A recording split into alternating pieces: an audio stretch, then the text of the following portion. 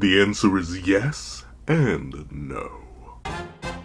What's up guys, Pencil here, and here we are to do a breakdown / discussion on whether or not Gota or Yujo. I've heard a bit of both. I've seen people like Gota, I've heard people like Yujo. I'm more of a Gota guy myself because I like the idea of goats being like the greatest of all time being built into the name, and it's still a combination of Gojo and Yuta. But at the same time, Yujo makes sense.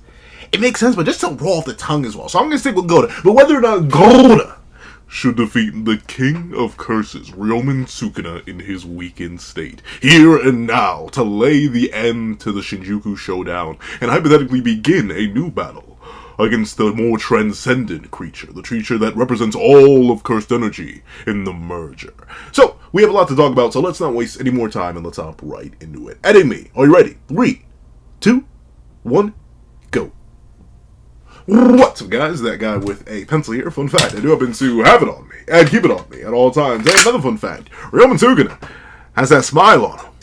And he keeps that smile on him at all times, because he knows he ain't losing. And let's talk about why he realistically should. At least based on what we know so far. And I'm saying based on that, because I don't trust Gay, and for good reason. But with that being the case, this should be a wash. I'll be completely honest. Don't get me wrong. I do believe that Ryomen Sukuna was holding back against Satoru Gojo. But the narrator did say that Gojo Satoru struck fear into the heart of the King of Curses for the very first time in a millennium. So while he was holding back, while he wasn't going crazy, it's clear that Gojo, when Sukuna was in a much healthier state, with a refresh literally built into his system, still seemed to believe that he could hypothetically perish to Gojo Satoru. But here's the thing. This ain't just Gojo Satoru. Obviously, he's Gota, the fusion of Gojo Satoru and Yuta Okkotsu. So he should be levels upon levels upon levels stronger. And here's the biggest thing. I want you to take a look at both of these gentlemen. These fine individuals standing across from each other. Let's just, off this one panel alone, let's take a nice little survey of Sukuna's damage. We'll mainly use this panel, because this is a perfect comparison of the two side by side. We have Sukuna missing his lower right eye. His mouth has just barely managed to heal over. He's still dripping from his face. The man is still missing both of his left arms. You can still see the gash where Maki's then pierced through and then Yuji Itadori tore open through. And overall, the man should be in a horrid state. Like, absolutely horrid. Sure, he can still cast his domain expansion, but that's just due to his efficiency and everything else. Now, let's take a look at Gota. He's perfectly fine, like legitimately. All previous damage that was done to Satoru Gojo just seems to not exist. At least for right now, unless it ends up being revealed somehow that has like a lasting impact. You can't even tell where the man was split. His shirt is still intact. There's not a drop on his pants, and legitimately, he's perfectly fresh. So for all intents and purposes, this is just a fresh Gojo. Like, not even a brain damage, not missing a domain. No, this is just Gojo with Yuta inside him. Pause. Not like that. But, well, kind of even... Is that worse or better? I'd say it's worse and better. Kind of like how Yujo or Gota should win, but probably won't. But with that being the case, clearly in terms of physical states, just physically speaking, yeah, Gota has the massive advantage here. Absolutely and indubitably, he's fully healed, fully fresh, and while he may only have a 5-minute time limit, we still don't know how that's going to work out. He clearly is the better off of the two. Meanwhile, Ryomen Sukuna is a little worse for wear, let's put it gently.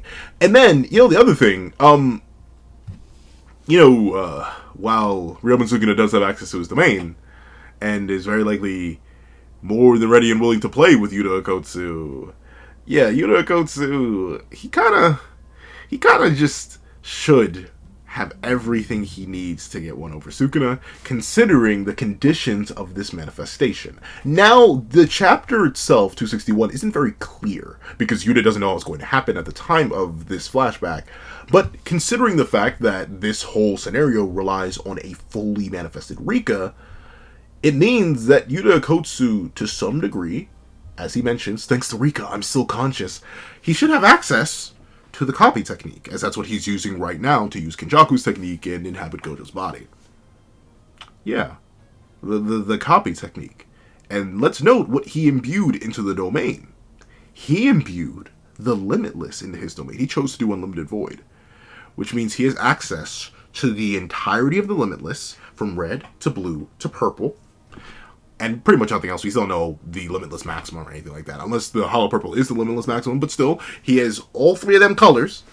And remember, if he has full breadth of access to the copy technique, the man has a lot worse than that. He still has cleave, which is now not being fueled by his own output, but it's going to be fueled by the output of Satoru Gojo on an even weaker Sukuna. So there's that big old slobberknocker right there. That's a next level impact. Imagine cleave coming out of the hands and body of Satoru Gojo, or heaven forbid that man starts throwing dismantles. Top that off with the fact that now Yuta Okkotsu could hypothetically, just maybe, have access to Jacob's Ladder on command. He could hypothetically pull up that trumpet and start and then just vaporize Sukuna on top of that.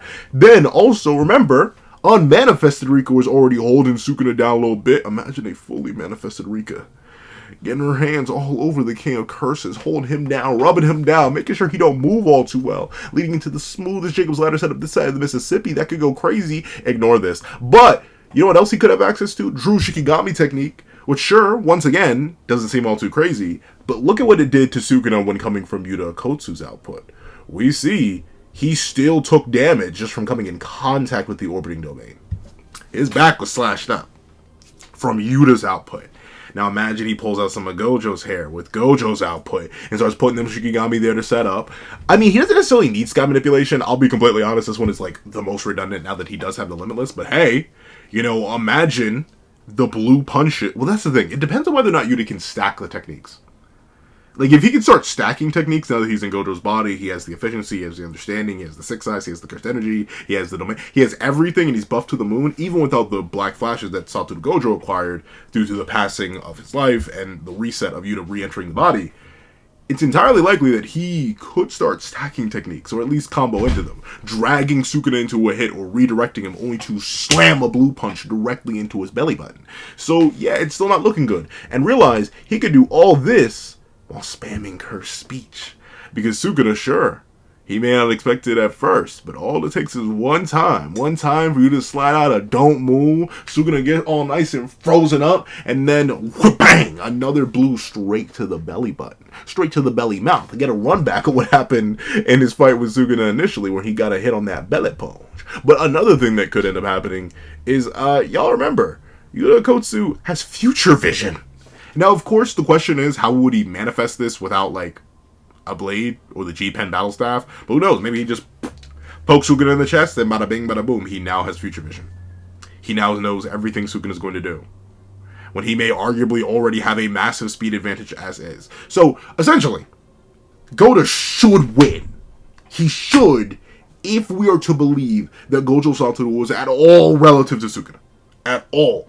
Even in the slightest way relevant. Or relative to him.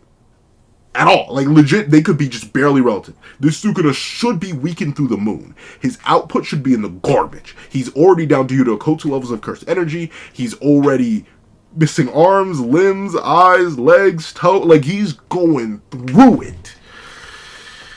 But even still, even with all that, even with the overwhelming power of what Gouda... What did I call Gouda? He's not a cheese. Gojo Okkotsu should have access to, I still think it may, one, not be enough, and two, it still just doesn't. Here's the thing, right? It really depends. If you think the merger's going to happen and it's going to be an antagonist, then technically Sukuna isn't our big bad final boss. Technically, that makes, it sounds crazy to say, considering how many different individuals we've ran through. But if you do, or if you're still in the camp that the merger is going to happen and it's going to be antagonistic, that's a twofold thing. That's like stacking two things. A lot of people may believe the merger is going to happen, but it may not be antagonistic. A lot of people think the merger may not happen, and thus like, the antagonism of it doesn't matter. But if you think the merger is going to happen and it's going to be antagonistic, technically, Sukuna isn't our big bad final villain. This could kind of go into the Kenny copium that I had way back when, before Kenny got where I believe, hey, you can sack Sukuna to Gojo. Why not sack that boy right now? He ain't even our final big bad. And you can sort of make the same argument with the merger now being in Sukuna's hands. But naturally, for right now, going by simple just narrative analysis, Tengen kind of doesn't have a relationship with Yuji. Or Yuta. Or anybody who's still alive. Like, the closest person they had any sort of relationship with was Yuki. And she's been gone. We're in 261. I think she fell in 206. It's literally been over 50 chapters. So she's been gone. Choso just recently got his behind got. So honestly, I really don't see a vision for the merger, at least on a character level, being satisfying or gratifying to defeat. And I'm still, like, very iffy on whether or not it'll even happen just because of the ramifications of that whole scenario and plot point, and the at least current requirements for it, which would require Sukuna to literally slaughter everybody, including Yuji Todori. Especially Yuji Todori. And speaking of Yuji Todori, yeah, he's the other reason why I ultimately think Gota's kind of digi-destined to not be able to succeed, mainly because, hey, call me crazy, call me backwards, call me wrong, but if Sukuna is meant to be our big, bad, crazy, next level, final villain, even with the legendary and next level disrespect he gives Yuji Itadori at the start of 261, where he just casually smacks the boy away with one hit, Sukuna's still his villain. Don't get me wrong, I do definitely think Kenny could have been an interesting antagonist for Yuji. And I can definitely think you could make an interesting enough path with Tengen or the merger being an antagonist for Yuji. Still, come on now. Sukuna is Yuji's main guy. If there's anybody who's got beef, it's him and Yuji. If there's anyone who wants to destroy each other more than anything else in the world, it is him and you. It is so Yuji based that I find it hard to believe that Yujo or Goto would be able to get a massive victory royale on him, because it kind of, I'm not going to say, here's the thing, I'm very 50-50 on this undermining the narrative as a whole. Personally, I don't think it does. I think it's actually a beautiful culmination to Yuta's character and plays very well into the whole idea of the monster versus humanity motions of JJK. But still, with that being the case, if Goto wins, then the plot's over. You know what I'm saying? And if Goto wins and the merger starts, he'd still not only take away what would be Yuji's major antagonist, and not really a major antagonist of Yuji, the major antagonist of Yuji, but also he would most likely raffle stomp the merger too. Just based on the raw power he would have access to. So it's the catch-22, right? Like, logistically speaking, if we're laying out the Carfax from everything Yujo or Goto should have access to. See, now Yujo, it's sticking in my hat. I've read too many. Gosh darn it, now it's sticking there. But with that being the case, with everything that should be behind Goto, being completely real with you, he should be able to beat Sukuna with just the Limitless. Just the Limitless. Absolutely and exclusively the Limitless. If we're being completely real skis. But with that being the case, I don't see it. But the other real issue is, yes, Yuta or Goto or Yujo should overpower Sukuna, have all the advantages ever, from a fresh body to a fresh mind to a fresh soul to a fresh red, blue, purple, all the colors on the rainbow, everything.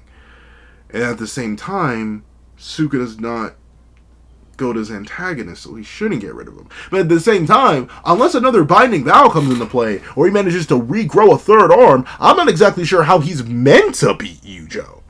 Because, like, the thing about Goto is that he should have the Infinity again. And even with Domain Amplification, his output should be enough to at least resist that to some degree. And his RCT output should be at peak, too. Because he's fully fresh and already running max RCT. So, like, unless there's another binding vow that pops off that allows him to perform World Slash with two right hands, I'm not exactly sure how he's supposed to do it, because it's literally locked off. That was the point of removing his arms. Both of them on the left. He can't strike the Malevolent Shrine hand pose of Enmaten and then point and angle with another hand until he legitimately has 3 hands, which he just doesn't at this point. So I don't know. We're in this weird, nebulous, terrifying, yet amazing catch-22 situation where from everything the plot has laid out and everything the story has laid out to establish Gojo and Yuta as the strongest and then fusing them together into Goda and having them be the ultimate warrior on some Bushido type beat, this should be an easy stomp. We should literally just cut to the end of JJK right here and now at the start of 262. But with the unknowns of Sukuna, his cunning, his narrative importance, Yuta's, I hate to say it, but relative lack of narrative importance, and the fact that there's a whole other individual that deserves it more and is likely going to get it more than the... Really, I can't even call him the new King of Curses. More than the boy who wielded the Queen of all curses. I'm sorry, Goda. I just see you falling.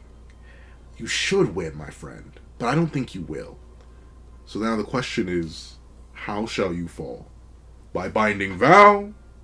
By other means? Or by your own incompetence? Or shall we finally see the King of Curses go all out and finally get to understand what that really means? I don't know, but I'm excited to find out. However, that's what I think. Please what you guys think in the comment section down below. Do you guys think Goda should win? Should this be a curb stomp? Absolutely. And any other thing but a curb stomp would be absolutely nonsensical and just really show that Gay wants to gobble all over Sukuna's meat? Or do you think that there is a bit more nuance to it? That there are unknown factors of Sukuna, that if he wins it would make sense because it would allow Yuji to get a final blow? Do you think Goda should win? Do you think he shouldn't win? Please let me know all that and more in the comment section down below. If you made it all the way to the end of this video though, please, if you could do me a favor and leave eye for an eye.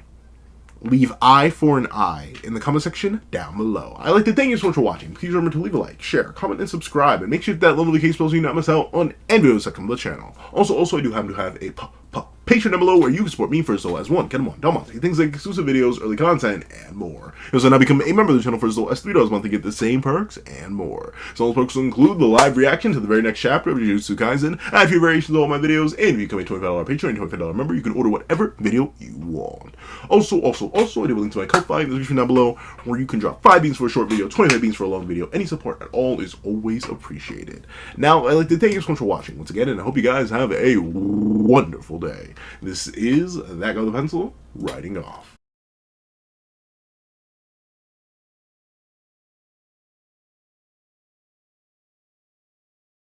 I'd like to give a thank you to our $3 members who currently plays Greyhound, Kids Void, Astro, Eternal Flame, King Sukuna, NMA, Real Rare, Paris Arnold, G Prosper, and Red Wolf 4765. And I'd like to give a thank you to our $5 patrons, Steron, Sean, Sammy, Midnight Lord 21, Kevin Encarnacion, Josh Brown, and A+A.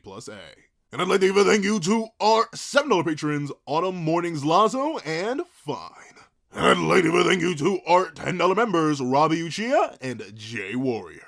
And I'd like to give another thank you to our $10 patrons, Panda Goat, Metal Solid Crisis, Joaquin Munoz, and Joaquin Munoz, along with Idemokami.